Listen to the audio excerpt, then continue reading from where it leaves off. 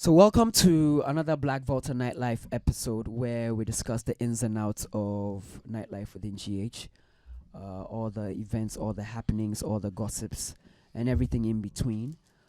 Thank you so much for rocking with Blacvolta for all these months that we've been giving you all these episodes. On today's episode, we have the owners of Bloombar. As you all know, Bloombar is one of the most prestigious bars both on the continent and then globally.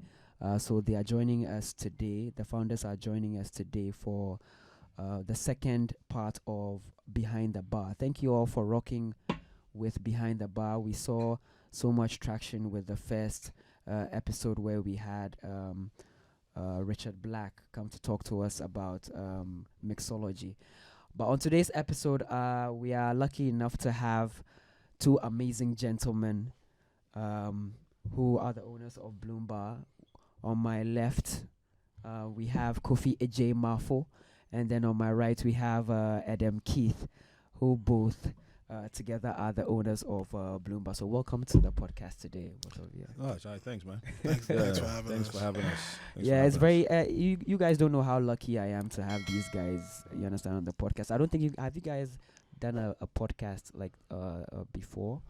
I know you guys are always in the shadows and you always have Bloombar ahead of you. But have you guys done this kind of podcast before? I think this will be our first grand podcast.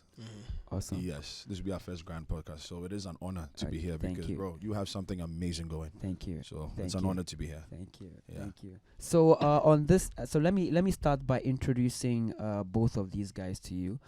Anything that I leave in between, they will fill in the blanks. For Kofi, I've known him since 2007. I think 2007. Yeah, back in uni. So Kofi went to the University of Ghana, then did his MBA at the University of Ghana. Has worked in corporate, has done some work in agriculture, done some martial arts, which is pretty good, martial arts, and he's done so much before pivoting into the Bloombar space. Edem I've known Edem since 2017. First time I met Edem, he was actually behind the bar, which is crazy. It was actually, he had an apron on and he was mixing drinks. I was like, who is this? Who is this guy who is just flipping things? And then I asked around, and they told me that was the owner of Bloombar. So welcome to the podcast. And let me see if let me start with Kofi. Did I leave anything? Oh, everything is fine. You did it well. Okay, so everything I said about you is there anything else that I've never done corporate. really? Yeah, Never. never done corporate. By choice or By choice. wow. Yeah, I've never done corporate. So, but yes, we've been there. We've been on the streets. We've been grinding. Okay. Hustling for a while. Yeah. I see. I see. So both of you have never done corporate. Never. No. Wow. That's really, really impressive. Yeah. That's really, really impressive. So let me hear from let me start with Kofi. So what, you finished schooling and then what happened? I want to know. You guys should. You guys, because you didn't do it. Okay. So first of all, how do you guys know each other? Let me start from there. Oh, I know them for a while, like 30 years now. Oh no, For a 28 long time. years now. Yeah. Yeah, we've known each other since KG1. Ooh. Yeah. A Morningstar. From Morningstar. Okay. Yeah. Okay. We've been friends from KG1. Okay. Yeah. I see. It's a very long I time. see. And then you so how do you guys? By the years, you're revealing our age. We just say, no, not the years that you mentioned. We've known each other for a while. We've known each other for a while. Okay. Very long time. So let me know how. Give me the backstory behind how you. I mean, you guys have known each other for so long. Give me the backstory of how the whole Bloombar journey actually started, because you guys never worked in corporate. So I'm sure it was a very unique idea that I'm sure you guys pitched to each other. So let's hear about that. So I would say with between Edem and I, it's been what should I call it? First of all, I think I call myself maybe a serial entrepreneur. Ooh, that's a nice one. A serial entrepreneur. Yeah.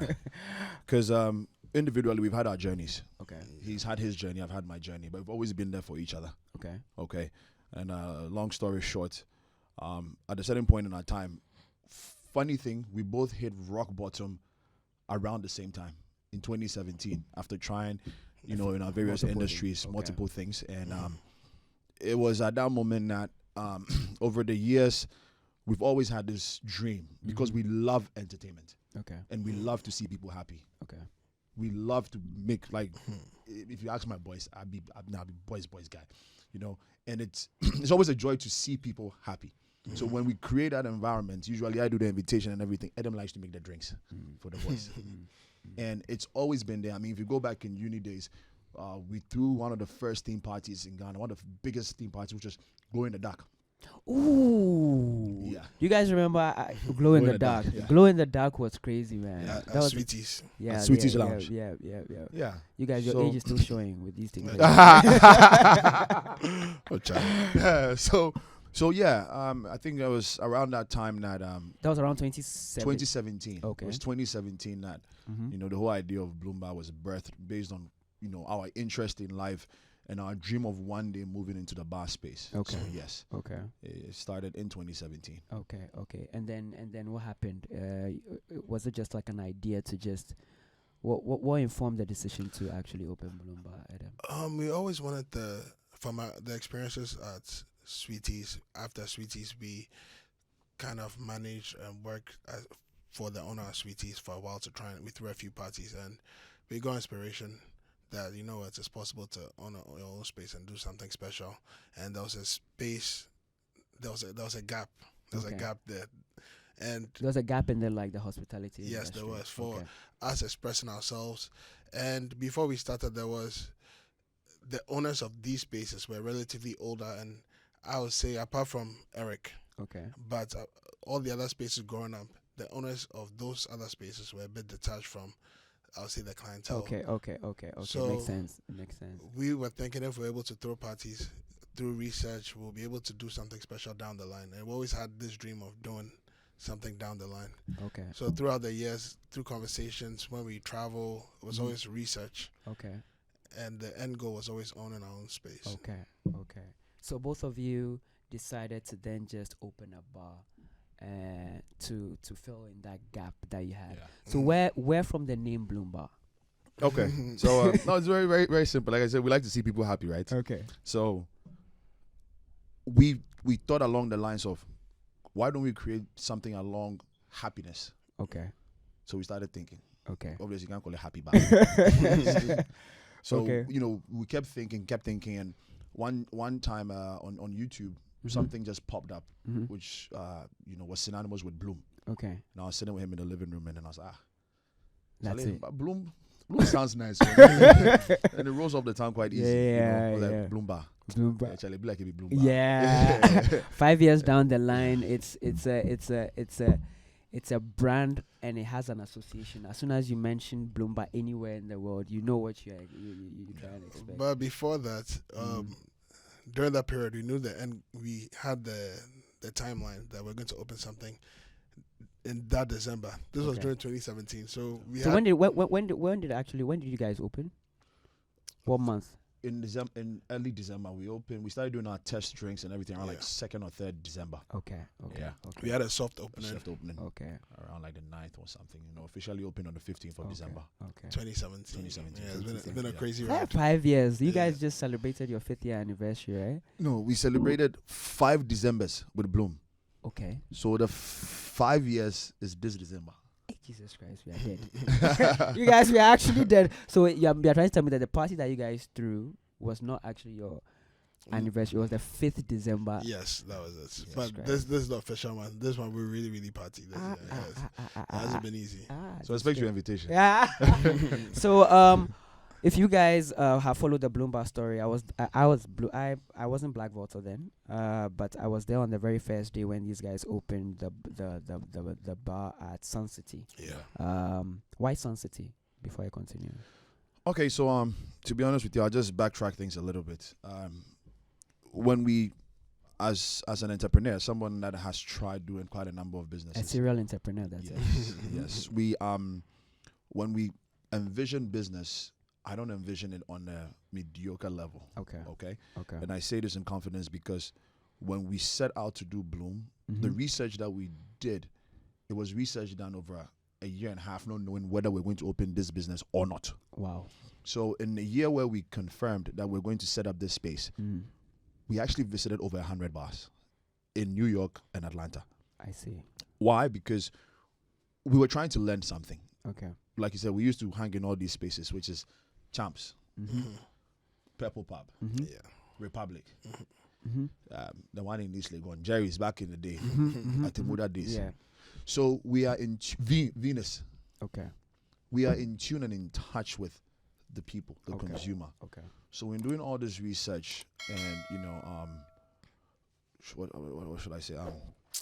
And coming up with the concept of what we knew was going to work for people, we knew quality and perception counts. Okay. So if you're going to do something, I can say I can open it by the roadside, but the perception and the feeling about it will feel like all the other businesses in existence. You feel like you're doing the very same thing. Same thing, right? You're not really but if I can sell you that business that we felt like we had, identified some new opportunities in a particular space, I create a perception for you that it is quality or top class, right? Yeah. At that time, Sun City was one of the perfect locations.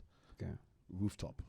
Open space. The place is nice. There's a reception. You come, somebody will meet you, all of that. So Sun City was the perfect location to create not just a business, but also create a perception of quality. Okay. Where we were willing to offer quality, not just because, we'll do some maybe cheap cocktails or no. So the quality transcended not even the things within the bar, but even the customer service, the ambience, all those things were play into what you actually wanted to do at Sun City. Yeah. Okay. So that was the everything created led to that. That's crazy. So opening businesses in general is it's quite tough. I want you guys to was it like capital intensive? And I'm sure I have my answer, but I want to see how you guys probably how you went around that. You understand? Because that's one of the struggles that most entrepreneurs face, like young entrepreneurs. They want to do something, but it's like, how go get money then start so like Kofi said earlier, that was our last. We threw everything we had into the business. We knew it had to work out. Wow. There was no going back. We pulled everything we could. Support. We just had to make it happen. So it is capital intensive, especially if you want to do it on the scale that we wanted to. Because when we decided to enter the business, we wanted to change the culture. Now, changing the culture also comes at its own expense. There's a lot comes with it. We kind of did a lot of things that wasn't novel at that time when it came. You did a lot of things that were novel. I mean, I think you guys were the space that actually. I think Bloombar, from what I know, we used to pay to enter everywhere back in the day, prior to 2017. Yeah. When you're going to a space, they will say pay 20 CDs to enter, pay 10 CDs to enter, pay 30 CDs, 60 CDs to enter. They wear something, they're not going to make you enter. You understand? You even go there. So there were so many changes that Bloombar actually did. And as you mentioned, that comes at a cost. Yeah. You understand? Yes. Yeah. I see. That's it. But very, very, very, very impressive. So from then how long was the Sun City era? How long was it?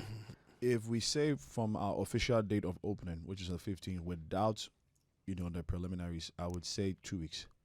I see. Yeah, 2 weeks. So it was 15th to 31st. Yes, exactly 31st. Exactly 31st night. Okay. Yeah. Okay. So that's how long you guys were at Sun City. Yeah. 2 weeks. Yes. It felt like 1 year. No, that's a lie. No, it was 2 weeks. It was 2 weeks. Someone should corroborate this story. 2 weeks. Yes, it was 2 weeks. The whole of Sun City was 2 weeks. Yes, it was. Yeah. No, I don't believe it. I'm telling you. It felt like 2 years. It was 2 weeks. 2 weeks. Very, very long fun nights. Very long fun. Was it every day? It was every day. It was every day. And maybe that was the reason why. Yeah. That was the reason why. So back to my story. First day, these guys opened the bar. I was there, came in. It was I remember it was by invitation. They invited you, you came, and then we had Edem behind the bar mixing cocktails, and then here I knew Kofi back then, so I was like, Kofi, you've opened up. I was like, no, this is my partner. I'm like, so why is he behind the bar? He's like, no, he's actually a mixologist.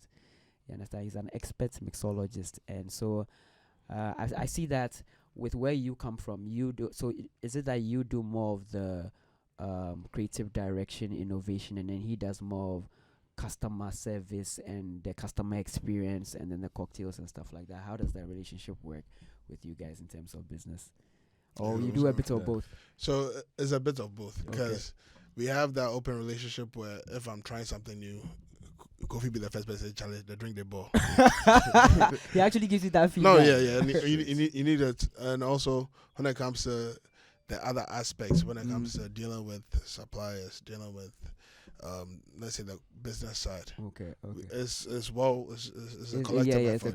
It's a collective thing that you guys do together. So after the 2 weeks that you guys did at Sun City, what happened? Okay, so I'll be brief with the Sun City story. Yeah. Sun City were kicked out. It's not like we chose to do 2 weeks. I see. Yeah, on the 1st of January 2018, when we woke up, there was a sign on, there was a post on social media from the Sun City page that Bloombar has been closed, without our knowledge. Mm-hmm. Okay, but we'll go into that story later. But let's focus on Boom. Okay.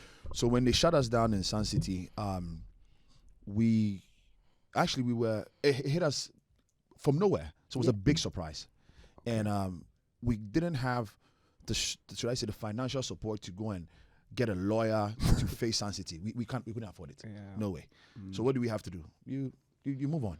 And we hit the streets of Osu because everyone had told us that if it's not a rooftop, forget it. So I think we used to just look for rooftops. But we did that for about almost 2 weeks, and it wasn't working because a lot of rooftops are not built to accommodate bars. It's probably maybe just utilities. So there's a poly tank somewhere, and you cannot open a bar there, right? Okay. So along the line, we found an agent who was introduced to us by my sister, and Edem went with the agent to the Osu space. I'll leave that for him.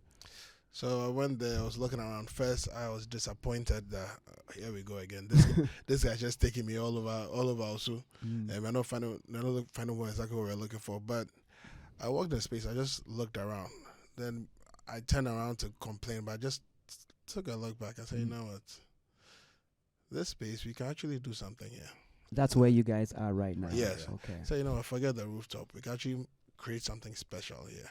We created the whole rooftop thing in Ghana, but we can also do something else here because, I mean, we are not... I'm sure at that time you guys had the confidence of having almost like 5,000 people coming into that small space within it. But even before that, those were some crazy days, back in Sun City, because everybody wanted to get into. Yes. So how are you guys managing that? Because I'll get into the bouncing question, but I feel like that's where it generated from. So I don't know, how does it feel? I feel like, everybody wanted to be at Bloombar. Yeah, it's a blessing. It's a blessing. Everybody wanted to be at Bloombar, but the space couldn't accommodate. So was that like one of the, people want to come to our bar? So I have a story about Sun City. During that busy period, I got a call from my uncle. My uncle called me and said that your own sister is outside and you left her outside. Wow. Your own sister was outside trying to get into Bloom. Yeah, you left her outside. I was trying to explain the whole capacity thing, but it was so if you couldn't explain, are you listening, guys? If the owner couldn't explain the whole capacity situation to his own sister, imagine someone who he has no ties to. I see. Those were some tough days. It was. Yeah, it's what comes with the blessing, but the difficult decisions as a business owner is keeping the business first. Those are the tough decisions. You take some shots for it. But ultimately, once you keep the business in mind and operations and just making sure the business is taken care of, that's how you survive. Yeah. Almost 1,000 or 2,000 people wanting to entering a space. What was the capacity back then? For Sun City? Yeah. Oh, Sun City capacity was like 80. It was. Yeah, a lot of people wanted to go there. Almost everybody wanted to go there. But the good thing about Sun City also was people used to come early. We used to open at 5. Oh. So throughout the night. Yeah, but I remember you guys were more of the pre-game kind of type of place, and then. So the whole pre-game aspect has been our core. Yeah, it's one of your philosophies, right? Yes. Yeah, I know you guys. Your philosophies are around pre-gaming, around creating that vibe, kind of ambience, and also around your unique cocktails. I feel like those are your 3 core philosophies. Yeah. But do you have any other? We don't just sell booze at Bloombar.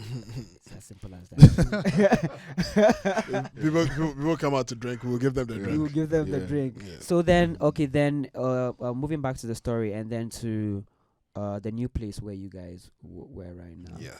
But if you had already pumped money into Sun City and they had kicked you out, and moving into a much bigger space, that would have required bigger capital, right? Yeah.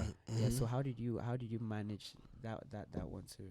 I would say we I'm very honest when it comes to business. I think we are very honest businessmen, and based off of that honesty, we had an angel because someone came in at the very last minute to do something amazing for us when we were in Sun City, and based off how we handled that business relationship in pure honesty, when we were kicked out and he heard the story.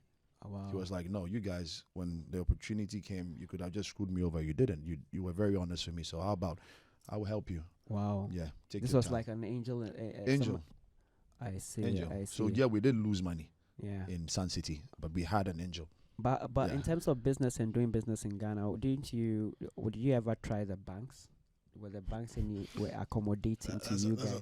That's a whole other story. That's a whole other story. So I have a lot to say about it. But is it difficult? Was it? Well, I mean, like being you guys were young at that time. Yeah, you understand? So, like, I mean, most of these banks look at.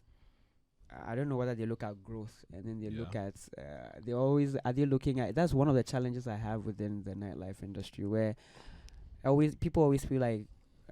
I mean, these guys are really just doing whatever that they have to do. The truth is, when it comes to the banks, they don't have people that relate to our industry in key positions. Makes sense. Key decision making positions. That's very important. They don't have they have people, but they don't have those people in those particular positions who can actually move the industry knowledge. Yeah, I mean, if you go further back. I think culturally, our industry is just not a very respected industry. Yeah. I mean, before we open the business, you talk to anyone about even giving you a loan, they'll tell you, say, what are you going to do? So you open a bar. It could be a bar. And even they with that, even look at you. Even with that, what you said, it's not even at ownership level. It trickles down up to even up to if you're a bartender, if you were a bouncer, it's just there's just this stereotype around it. Yeah. So that's one of the major issues. Is the perception about the bar business affects getting into a room to even get certain people to talk to, whether your numbers are good or not. So if we fast forward the story, I mean, if we both know that if you talk to the banks, they'll ask you, are your books in order? Yeah, and then you tell them, your books are in order. Okay, you need an audited accounts from a reputable firm. Okay, fine, you have it.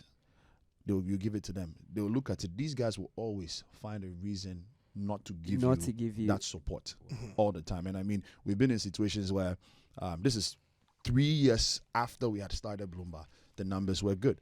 We wanted to not just open a bar, but open an organization. Okay. We wanted to bring some form of prestige and professionalism to the industry. I think we had accomplished that within our third year. You've done and we'll sit with some of these banks to look through our books and talk business. Sometimes they'll look at you and just say, if only you people had a white man, we can help you. Yeah. Wow. Yeah. No, yeah. We've had that a few times. If you had a white person fronting, they can help you. They'll just tell you up front. Yeah. And this is another. This is your own. This is your own. And this is a Ghanaian person telling you that. Yes. Yes. So how does that make you feel? I mean, how did that make you feel both as a Ghanaian and as a young business owner? Like. I gotta explain myself here. Wow. So they. Wow. Yeah, I mean, that's just even one. You have another one where you do everything they ask for. And usually when you're taking maybe a loan from a bank, they'll tell you bring a collateral, which is about 110%, the value of what you're asking for. We had times where they probably didn't even believe, although the numbers were there. They kind of spoke to us like we are definitely doing some, maybe a cocaine or something. That's right?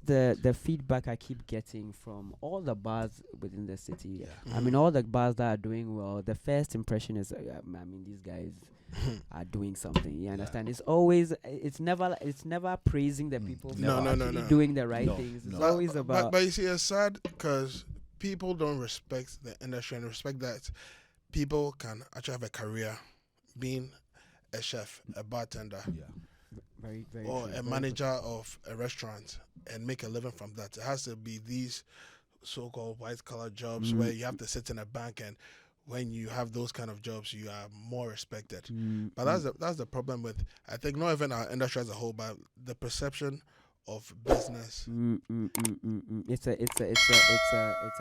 an ideology that we have. It's sad. In general. Like, let me give you an example. It got to a point we out of maybe about 22 waiters that we had, I would say maybe 20 of them were all first degree students.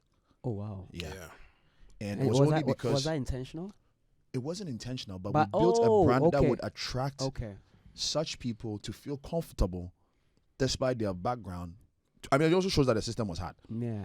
But they would come and still work because we built a system where there's growth in the organization, right? But you'd have certain meetings with them. Somebody would tell you secretly, like, Mr. Kofi, my mother wants me to be a nurse. She wants me to stop this job.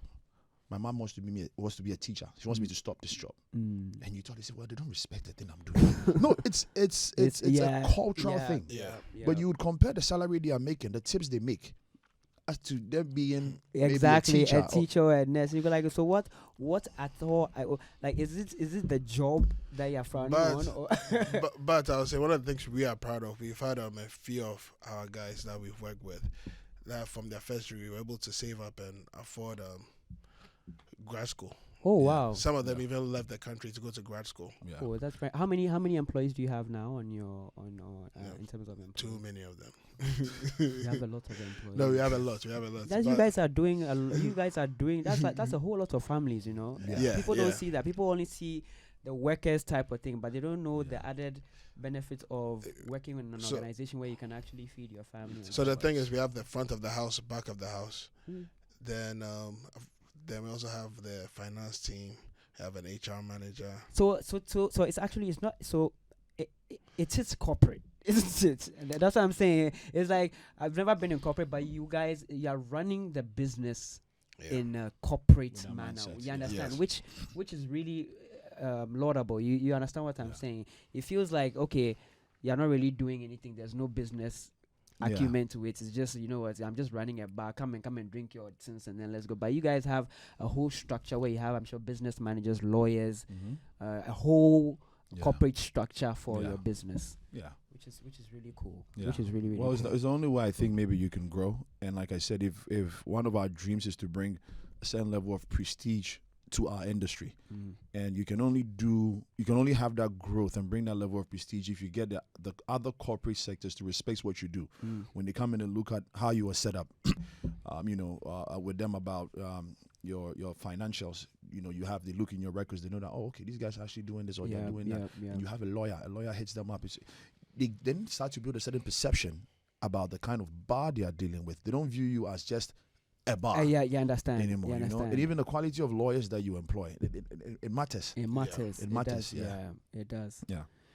All right, so let's pivot back to Bloombar. So you guys, the new space that you guys are in Osu right now, and then I know the lights are a huge part of the Bloombar. Well, where did that come from? Because I'm saying that because you guys started a campaign which.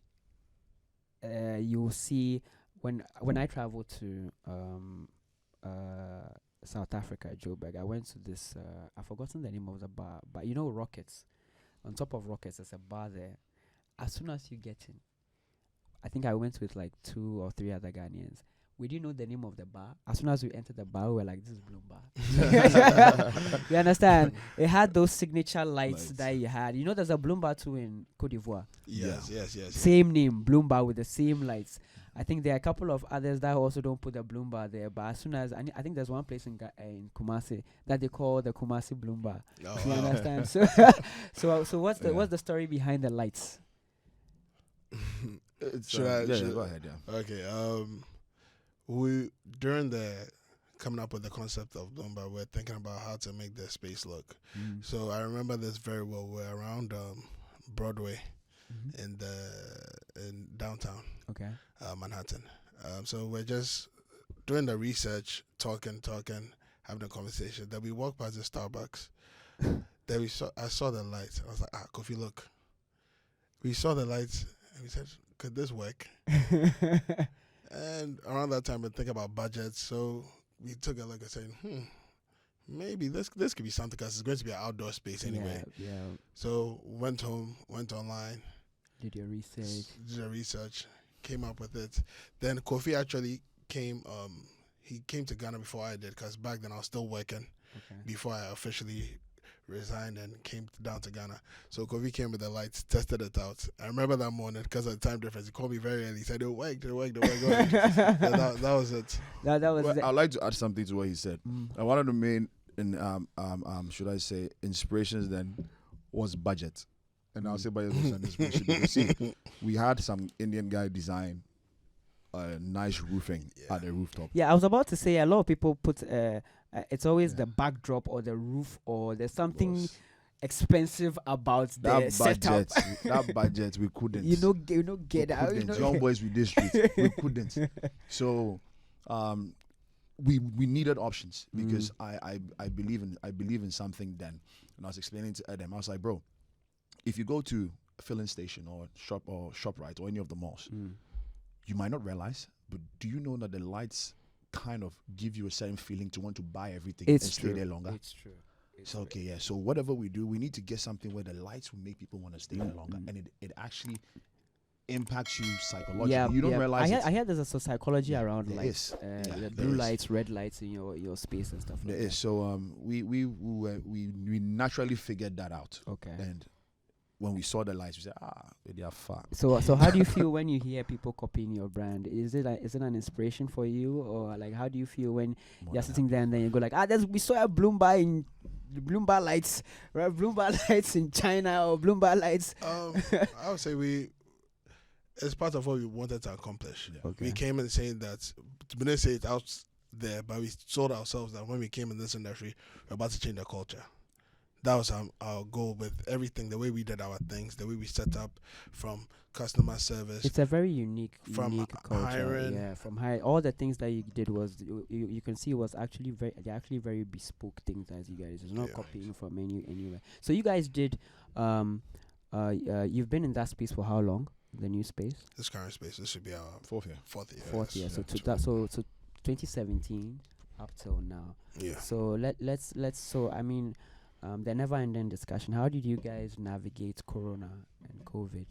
That was a tough time, wasn't it? You understand? Very.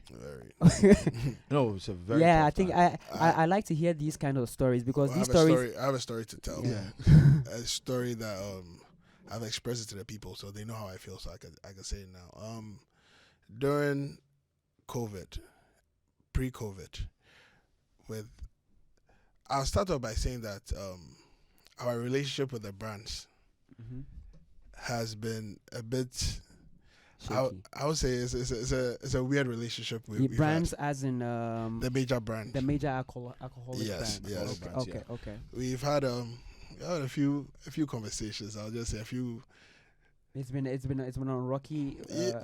We butt heads. We butt heads because when we came in the industry, I'll just draw your mind to something. Around 2017, pre-Bloombar, if you go to a space, when you see, when you look around, you see brands all over the place. You see a Coca-Cola fridge, you see a Club Beer fridge, you see a Red Bull sign. Thinking about it now, it's very true. So my background, undergrad, I did marketing. Kofi also did his MBA, so he also did some form of marketing. So during our conversation, we said that, you know what, during our research, we looked at these spaces. They highlighted their brand. These brands were represented also by their products.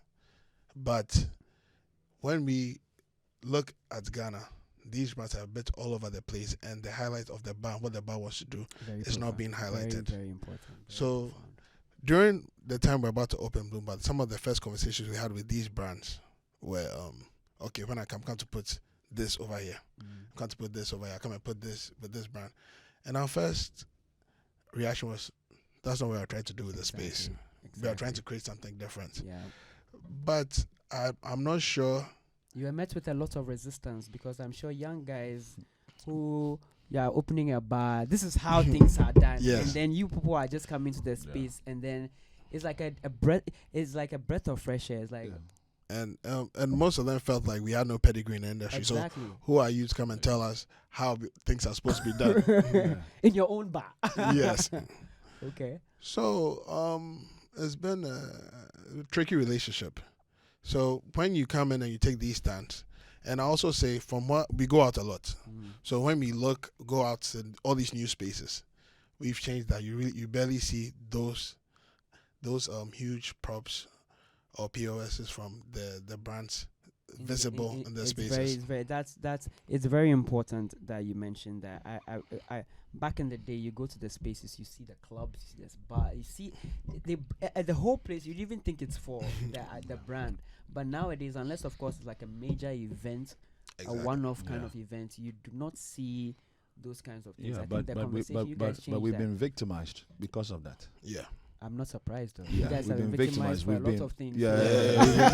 We made enemies. This is like the Mandelas. Because we fought for something. Yes. Yeah, because we fought for something. Yeah. And I remember one funny story. I'm going to say this also. I remember when we moved into the new space. First off, there was something we would hear a lot. When you say you are doing cocktail, and that's the highlight of your business, everybody would laugh at you. They used to laugh at us, like when we were about to start Bloombar. And when I said they used to laugh, I'm talking about some of these brands. You mentioned also, I'm looking for champagne because this one I'm going to do a champagne cocktail. They'll laugh. You think you can do something with cocktails? And we would hear it a lot from these big brands, right?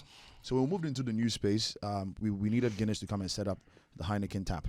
Okay. And we would chase them. We chase them for like 3 or 4 weeks. Now, the guy that we want to sell your product to is in charge. He got upset with us calling him too much for them to come and set up. He said, let me tell you something. You can't open your business without Guinness. Let me tell you. No, I'm serious. No, it happened. He was upset.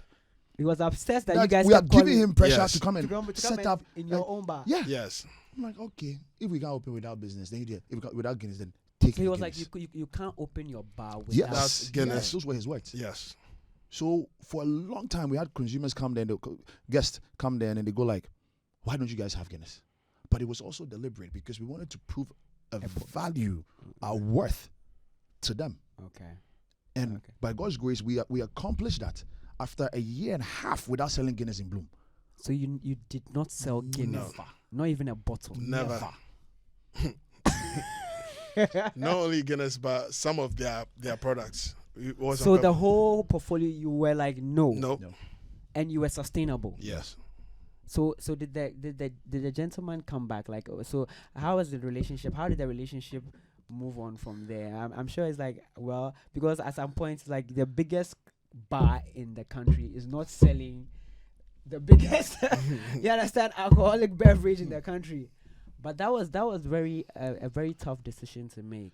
Yeah. But it was a necessary decision because now when all these new spaces open now, the brands approach them differently. Exactly.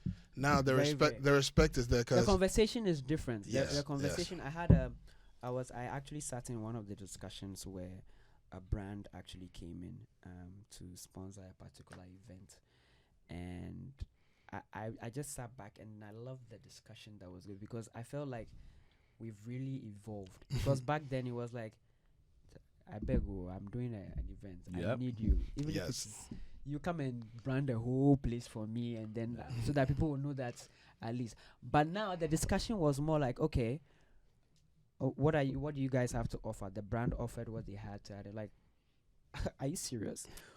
We spend X amount. Thank you. You understand, on our own. Yeah. And we actually don't necessarily need you. You understand? Yeah. Maybe it's for you to sell your bottles in stock, but it's not really a discussion that we want to actually have. And it was very mind blowing to actually see that young Ghanaians were actually fighting back the system to actually do that. But now we are the ones that. No, for the villain, for the fact that you guys were villains, are villains in the city. There, that's what I want. Yeah. It's a journey that I think I'll get to that particular because there are so many things that you guys have done that I feel like you've done to actually break that barrier, but it comes with. It comes with a cost. It comes at a cost. It comes at a cost. Yeah, true. Okay. Anyway, I think we can move on to probably the next question, which will probably be around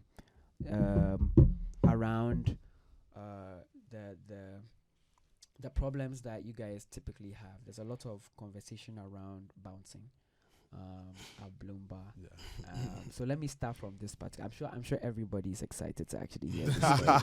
You understand? So if for those who are listening to the podcast for the first time, and I know we're at Bloombar, it's a never-ending discussion about bouncing in Bloombar. It's actually, I'm sure when you type bouncing in Ghana on Google, Bloombar comes. You understand? So let me ask, since you guys are here, first of all, your thoughts around that, your philosophy around the bouncing, and your views on the backlash that you guys have had over the years, and what informs the decision to actually go like, you know what, this person doesn't come in and then this. I like, what do you guys have for me? I want you guys to open up. Okay. First thing, it's difficult for us when we on a busy night. You see people you even know, and you can't necessarily like let them in because it's a capacity issue. Okay. Like I said earlier, the business comes first. Okay. I know you. I promise. Like, we want everybody to take time out to dress up and come and want to experience something we've created.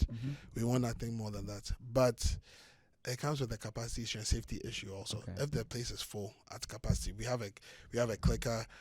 We have a managers know when it's a capacity that won't affect operations. Because everyone wants to be in a space that they want to be in, but no one wants to be in a space that's crowded. Very, very important. Even in corporate, I mean. When you go to all these corporates, finance, oil and gas, when they all have these health and safety protocols that which will not allow a number of people to actually be in. Take the May 9th disaster. You understand? Yes. These are some of the considerations that people don't think about. But theirs is, I was bounced because maybe I didn't dress properly, or the bouncer just looks at me and go like, you know what? You come in and you go out. So they don't understand how you say the place is full capacity, but you're still allowing people to actually come in. Even with that, most of the time we had people that make reservations. Yeah. So people that take the time out to make reservations, try and honor that and keep the number down. So when they come in, we try and let them in. Okay. But it's always difficult. It's always, because I've been there, it's difficult to ready to have fun, then you have some macho man standing there saying that you're not going to enter. It's tough, but they are doing their job. Yeah. Do they get it right all the time? No, they don't. Yeah, that's really important. I mean, I like the fact that you've mentioned the point that you've acknowledged the fact that it's not every time that they may get it right, but it's for a much bigger cause than what you actually see. What meets the eye. Exactly. But it's more, we want to make sure everybody in is safe. I'll always say this when I have conversations with people, because some people know that we are in charge of Bloombar. I always ask them, has there ever been a time where you have been in Bloombar where you feel like you can't move? Very, very true. I like that point. Or it's overcrowded. There's never been a point, maybe like once or something. A few times to Christmas. But really I feel like anytime you come to Bloombar, you would always feel like you can move around. There's one thing I like about but there are two things. I always feel very comfortable in that space, knowing that I can move around and stuff like that. And your customer service is crazy good. You understand? There's no point in time where I feel like I'm waiting for my drinks to actually come or something like that. You understand? I think maybe the bouncing issue has just been reiterated a very long time. Black, let me just say this. Given the opportunity to be here, this is one of the first times we're on such a platform that we get access to everybody to listen.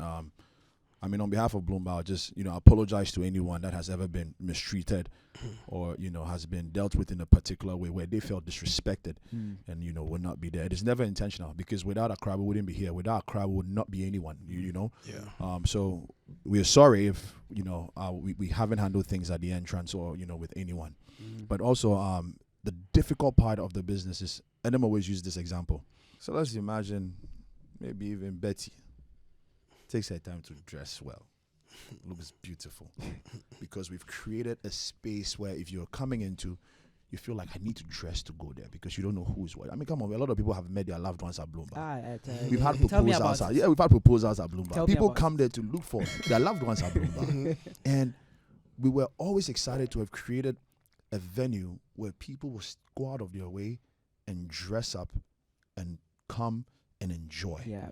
So imagine you go out of your way, you do your makeup and you dress, and then you come there and some guy pulls up in basketball slippers and basketball shorts, or dresses in some type of way that gives the place a certain vibe. Mind you, one thing that affects the Ghanaian business space is perception and feeling about the space. Yeah. So if people start to feel some type of way because of how people dress and come in there, because of how, in Ghanaians, perception is very big. Very big on perception. Somebody hasn't even been there before, but the perception of the bouncers are ruthless. That's it. That's it for them. They've never actually. There are some people who have actually never experienced the bouncing issue. Yeah. But it's a constant conversation, and then it becomes a rule that as soon as you mention, hey, that place they bounce. So have you ever been bounced? Yeah. No. Have you ever been there? No. But they just know that be the problem where they happen for us. But also look at something. If you get into a bar, what is one of the first things you do? You order a drink. Yeah. Right. That's why you're going there to drink. Yeah. What everybody probably doesn't understand at the entrance, right, is if the place is packed and everyone is let in at once, the orders that we take at the bar will start to slow down and it will affect the customer service that you're talking about. Okay. So there's something we do at the bar that they don't understand in our operations is we have every bartender knows the number of drinks they can pump out. Okay. Now, when the orders are coming in and it hits a certain cap because too many people are coming in, they alert the manager. The manager then alerts the person at the door that we are the limit. It makes sense. They cannot pump our drinks. So it's a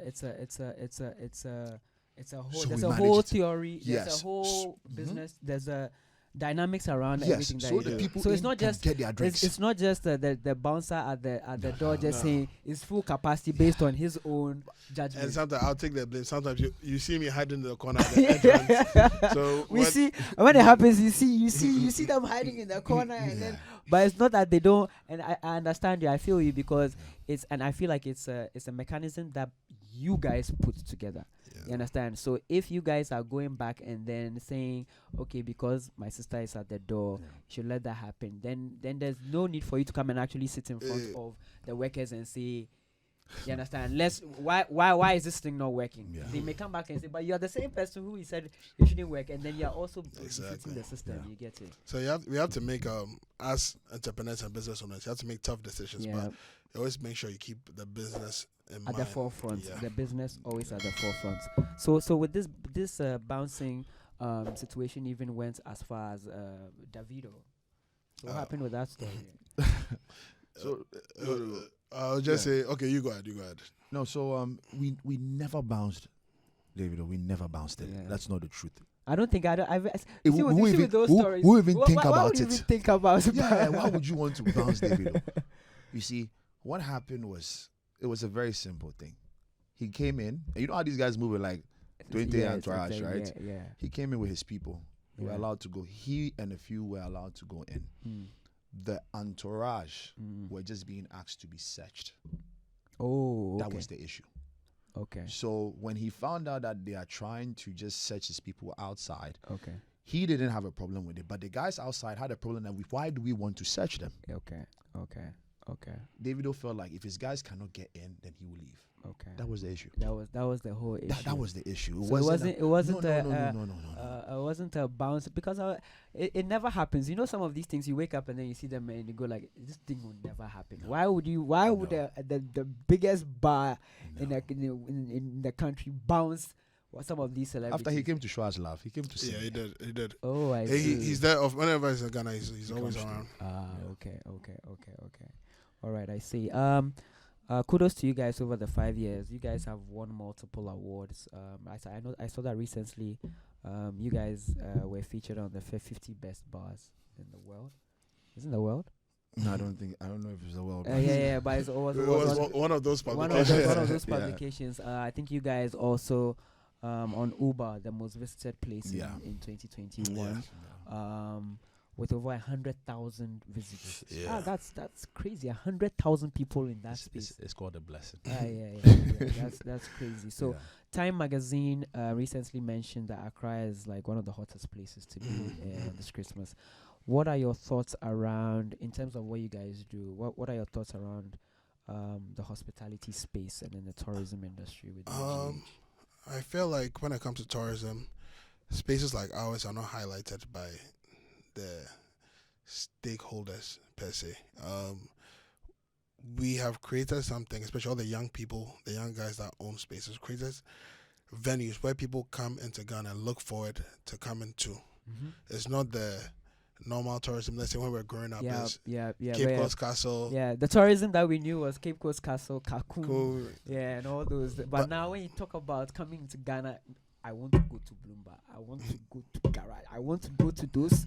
Those are the places that I want to go to. Exactly, and everybody has created an experience. Yeah. Experiences where, and even the guys that have their individual parties also. Yeah. So now people that are not even Ghanaian. A few years ago, people used to come back to Ghana for December were Ghanaians, but now you have people like multinationals just coming in to also experience what we've all created, especially during December.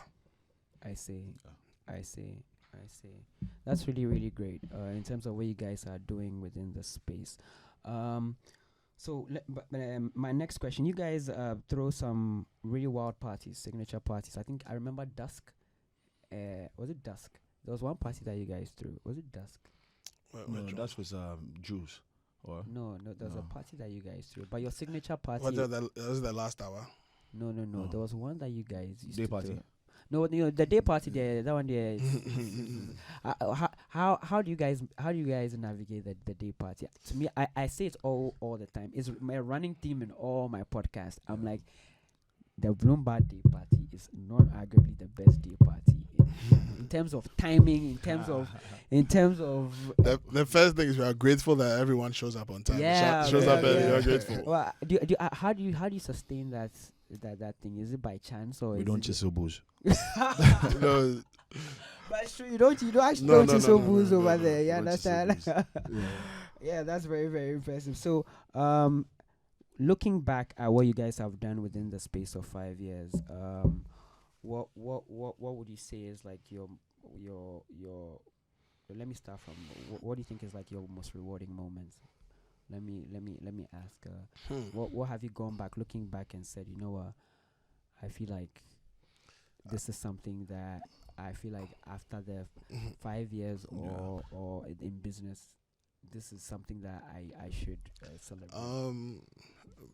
With me personally, I don't know about Kofi. I always say the story. It was around 2019, early 2019, around March. There was this young man that came to the bar.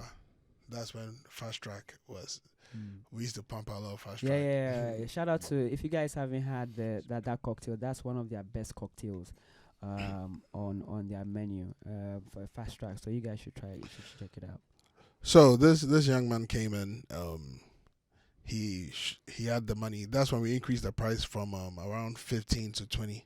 But he had about 15 and a few coins with him. Then he asked for the drink, and I was at the bar, and he said, "Oh, you're still at the bar." Yeah, in 2019. So he said, "Oh, you guys increased the price," and I looked at him and said, "You just bring the money." He brought the money, he gave him the drink. About a few minutes later, 20 minutes later, this guy was on the table in the middle. Everybody was around him. He was having the time of his life. So people didn't know that. So he didn't have enough money to buy the drink, but he ended up turning up more than anybody else. But that was fulfilling because that's who we created the space for. Exactly. It was for everyone. So even till now, there might be some perception of a VIP, but there's really no VIP. Anybody that comes in the space will have the same fun as everyone in the space. We try and, as much as possible, make sure everybody's equal. We value every single person that comes in there. So that was my most fulfilling moment. Yeah, I thought even you guys opening the whole Cabana side will actually cause some form of, you understand. You know, when do these things happen? It's always like, okay, so this is the VIP. And but I feel like you people have managed that perception really, really well to feel like everyone feels at home at that. Yeah. What's your most rewarding moment? For me, there's it's quite a number, but I'll just just focus on maybe. In all honesty, I mean, where I'm from and the number of businesses I have tried, Bloom in its entirety is fulfilling. It's fulfilling because, like I said to you, nothing makes me happy than seeing people happy. So it isn't about the people that just come to drink the alcohol, but the fact that at one point in time, before COVID, we employed about 122 workers. 122. And you could properly pay these guys and see what it did for them and their families. That was very fulfilling for me. Because in my own way, I thought I was doing something to touch lives. It was very fulfilling for me that I met most of them in 2018, and to see where their lives were in 2019 because of this business was really fulfilling for me. So that I would say is one of the moments that has been fulfilling for me. I'm sure there are so many that I mean it's quite a number. It's a lot. So there are certain moments where you get very emotional at things that you didn't believe is happening to you. At some point in time, did you feel like everything was happening too fast? Yes, I'm not gonna lie. No, yes, because it was at some point it was very exponential. You understand? It was. Yes, it was fast because when we went in there, I think we had a 10-year plan. Yeah, we did. Yes, but by year 2, are in like your the things you were doing. The things you were doing, you would never imagine that you'd be doing in the first 2 years of. That's crazy. How about your give me like what's your most frustrating moment being an entrepreneur? Give me what's at that point you are like, I think personally, the most frustrating moment for me, and still is the most frustrating moment, is how consumers tend to pin owners of establishments against each other. Yes. Say that again. I feel like consumers tend to pin owners of various establishments against each other.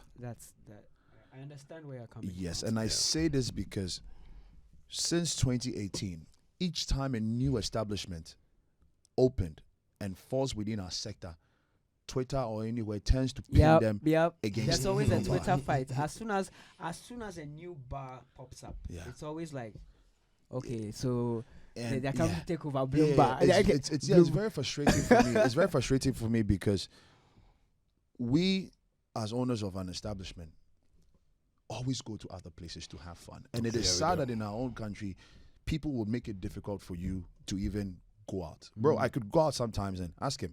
You could meet somebody who's a regular from your space, and they will look at you and say, hey, when I'm on you, they can't chop for here. Yeah. So insulting. Even to the point. So insulting. I'm sure it's always like, to be actually imagine like a space opens and you guys are actually going to show genuine love. You get there and then people feel like, so then they can't steal people that my ideas. The other one is, you come to check out your competition. It's not, come on. The owners are friends. But it's just like in Parliament, you understand? They fight, then they go back, but they're our friends.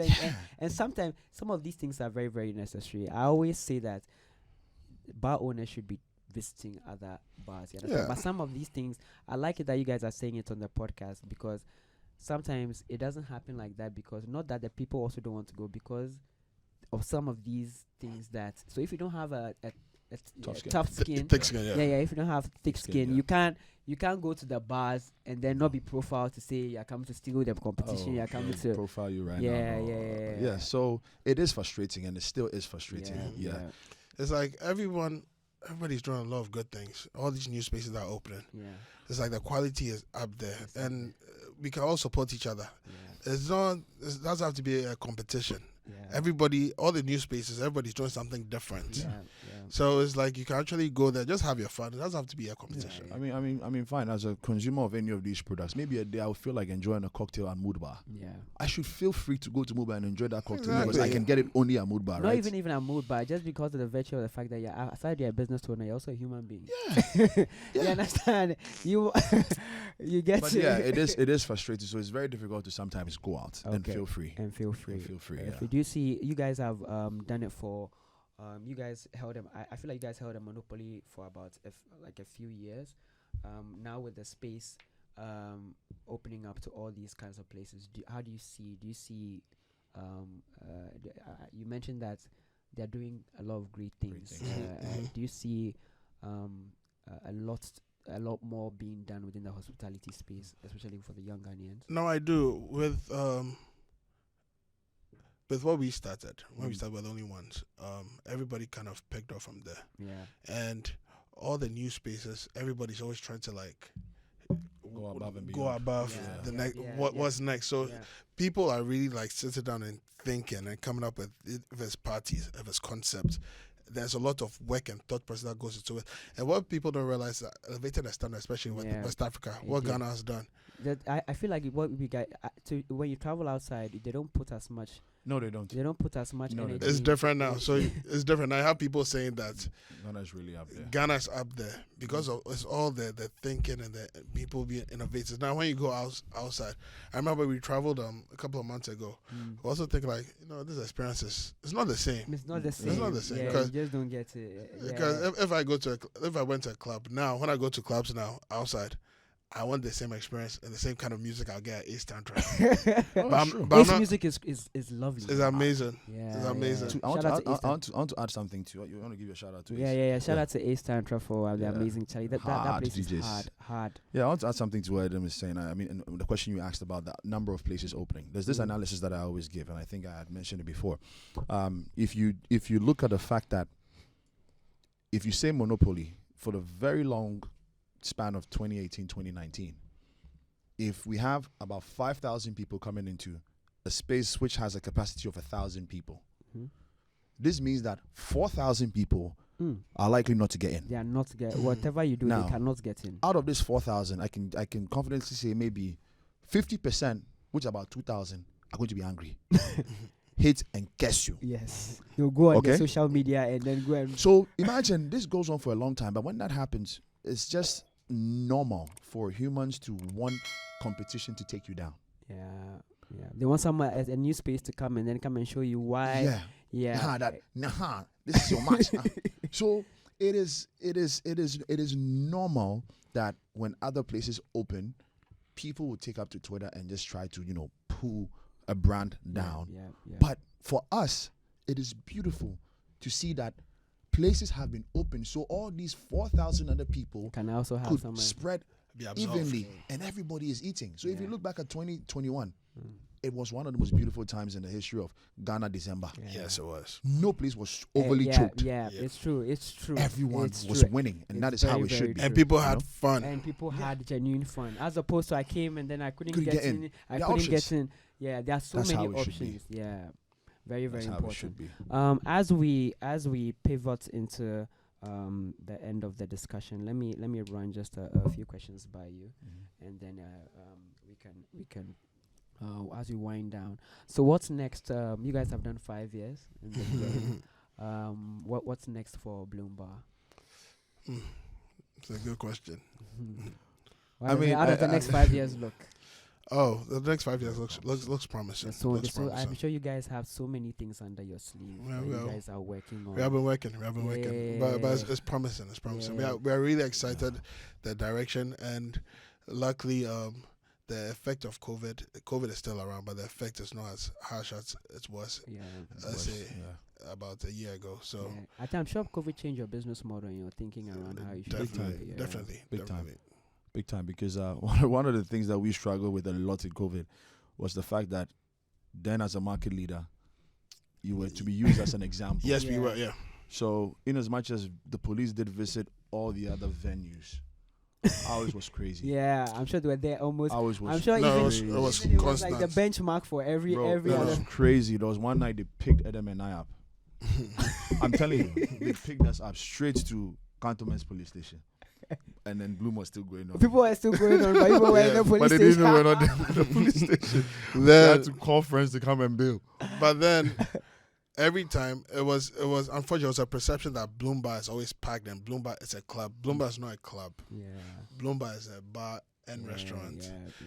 But every time we had these encounters with the police, we just asked them, you know what, just come and have a look for yourself. And every time after they had a look, he was like, it was okay. So for the young entrepreneurs who are coming up, young Ghanaians who are coming up, what would be what advice would you give to young people who have seen what you guys have done within the space of 5 years? I would say, I think we both have the same idea. I would say it's more teamwork and collaboration. Yes, more teamwork. Let's all work together. I feel like we don't collaborate enough. No. We don't talk to each other. We don't have conversations. We don't collaborate. Everybody wants to do. Do you think the partnership model worked for you? Was it good that you guys? I mean, as opposed to sole proprietorship, like do you think like a partnership, because you guys bounce ideas off each other, right? You understand? And I think it really. I'm Bloom his bar. I like that. How about you, Kofi? What would you tell us? We have the same vision and the same dream for the coming generation. Is they should understand that in 2017 or prior to 2017, this industry wasn't looking as prestigious as it does now. This industry wasn't looking as Ghanaian as it is now. A lot of Ghanaians are in the space and are not just opening businesses, but are strategically opening the business. We are happy to have been a part of that journey. And one thing that in our time we are not doing, which is supporting each other, I think it should end with the coming generation, and they should support each other more. How do you when you say supporting each other? Very simple. I'll give a typical example. This is the first time I heard this. It was yesterday. We went for a dinner, and a guy from the Mood Bar owner, Eddie said he was telling us, he and your friend, what's the lady's name? Come on. Yeah, he and your friend mentioned, a friend of yours mentioned that in Nigeria, they have a particular time of the year where all the big brands come together, be it owner of this, that, they all come together and do one event. And the reason why they do it is that they show consumers that there's solidarity. Yeah. That's the mindset that we should have. Okay. That's the mindset, because that way we can grow. Yeah. As the reason why I'm saying this, because if you look at the foreigners now, the Lebanese, the Indians, the Chinese, they're all coming together to do all sorts of businesses together. Exactly. I do hope that amongst ourselves we can see that there's not a pulling down mentality and just move. And I also say in the space also there are a lot of opportunities, and it's just not only ownership but getting in the supply chain. Once there's so much. Yes. There are so many things we can do within the nightlife space, which is entirely isn't ownership. You can be supply. You can be the next Blacvolta. No. That's a monopoly. No one should come from that. Yeah, but that's very, very important. So, there are so many avenues that you can. So I feel like if I want to get into it, like I'll say, up to now, we still import a lot of lamb chops. There's so much you can do. Or pork ribs. I feel like to the point where now you have bouncers who are creating a whole bouncing companies and stuff like that. Back then, you think, you understand, you just go and hire bouncers, but now you have people who are taking ownership of you understand all those kinds of let me leave this with you guys. I'm sure it's an important one person I asked before I had the podcast. One person asked me to ask you guys this question: what's the biggest spend? What has been the biggest spend at Bloombar? Someone wanted to know, like, what? 74 CDs. The guy was the guy. 74 CDs. That was it. We'll leave it at that. Anyway, thank you guys for coming through. I really enjoyed the podcast. Thank you guys for coming through. So, you guys should pass through Bloombar one of these days. Bloombar is in. Would you like to share your information? Where you guys are located, how they can reach you on your social media platforms and stuff like that. It's Bloombar everywhere, right? Bloombar GH. Bloombar GH. We are located also close to the Beijing Hospital. If you drive up, you see some of the lights. Yeah, so you know that's a place. The black gates with the lights. I see. You see it there. So you guys should go and grab a cocktail there. They're very well known for their cocktails. As soon as you get there, please just even if you want a free cocktail, just go there and just mention Blacvolta. They'll give you a free. You have no problem. But thank you guys for coming. Thank you guys for tuning into Behind the Bar too. I'm going to have these guys back because the discussion it's just a tip of the iceberg. Yeah, understand. Yeah. So you guys should subscribe to the Blacvolta Nightlife podcast. Follow Blacvolta on Instagram, Blacvolta parties on Instagram, Twitter, Snapchat, and then we'll see you guys on the next episode. Peace out. All right, thank you.